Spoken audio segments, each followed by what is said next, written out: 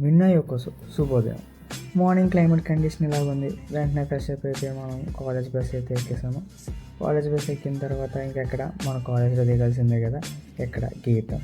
So కాలేజీలో దిగిపోయిన తర్వాత అలా లెఫ్ట్ రైట్ ఒక లుక్ అటు లుక్ ఇచ్చుకొని దాని తర్వాత వెంటనే మన ఫ్రెండ్ గడికి కాల్ చేసాం.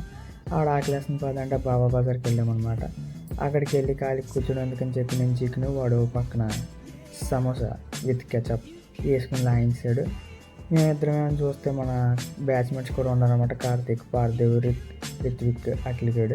సో దాని తర్వాత అందరూ స్నాక్స్ లాయించేసి క్లాస్కి అయితే తప్పదు కదా, వెళ్ళాల్సిందే. లో అటెండెన్స్ ఉంటే ఎగ్జామ్లు ఆడినవారు భయ్యా, అదో బాధ. సో క్లాసులకి అలా అందరూ క్లాస్కి లాయించాం. సో క్లాస్కి అలా వెళ్ళిన తర్వాత లంచ్ అయితే తినాలి కాబట్టి ఒక దమ్ బిర్యానీ, ఒక ఫ్రై పీస్ బిర్యానీ చెప్పేసుకుని అవి కూడా లాయించేసాం. దాని తర్వాత కొంచెం వర్షం పడినట్టుంది కానీ క్లాసులకి వెళ్ళిపోయిన తర్వాత సో ఈవినింగ్ కొంచెం వర్షం పడింది. దాని తర్వాత బయటకు వచ్చాం అనమాట. బయటకు వచ్చిన తర్వాత క్లైమేట్ కండిషన్ ఇలాగైతే ఉంది, చాలా ప్రెజెంట్ అండ్ నీట్గా. సో మన కాలేజ్కి బాయ్ బాయ్ చెప్పే టైంకి నాకు కాల్ వచ్చింది. ఏంటని చూస్తే డాడీ పికప్ చేస్తాను అన్నారు. A few moments later.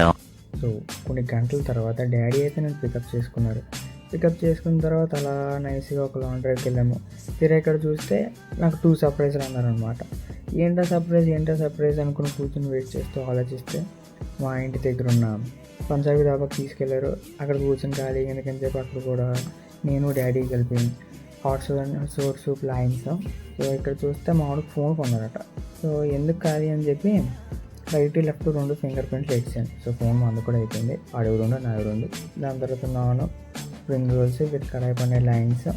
దాని తర్వాత ఫైనలీ అంతా తినేసి బిల్ కట్టేసిన తర్వాత ఇంటికి వచ్చాం. ఇక్కడ చూస్తే 3వ షాపింగ్ న్యూస్, అది నలుగురికి తెలియదు. ఏంటంటే మా మమ్మీ టీవీఎస్ జూపిటర్కి ఒక పెద్ద సొట్ట పడింది. ఎలాగంటే ఎవరు పెట్టలే, ఇంకోటి ఎవడో పెట్టాడు. అదే పెద్ద ధమాకా అనమాట, దివాళీ ధమాకా. సో ప్రజెంట్ మా బండి కండిషన్ అయితే ఇలాగ ఉంది. ఇది ఇంకో super bike CBZ Extreme 125cc, మా డాడీ సూపర్ బైక్. సో నాకు కూడా చిన్నప్పటి నుంచి చాలా ఇష్టం అనమాట ఈ బైక్.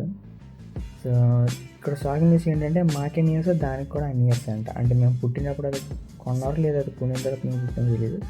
సో అదే అయింది మొత్తానికి. మాకు 18 ఇయర్స్, దానికి 18 ఇయర్స్. సో ఫైనల్లీ డాడీ ఊరు వెళ్ళాల్సి వస్తుంది మళ్ళీ.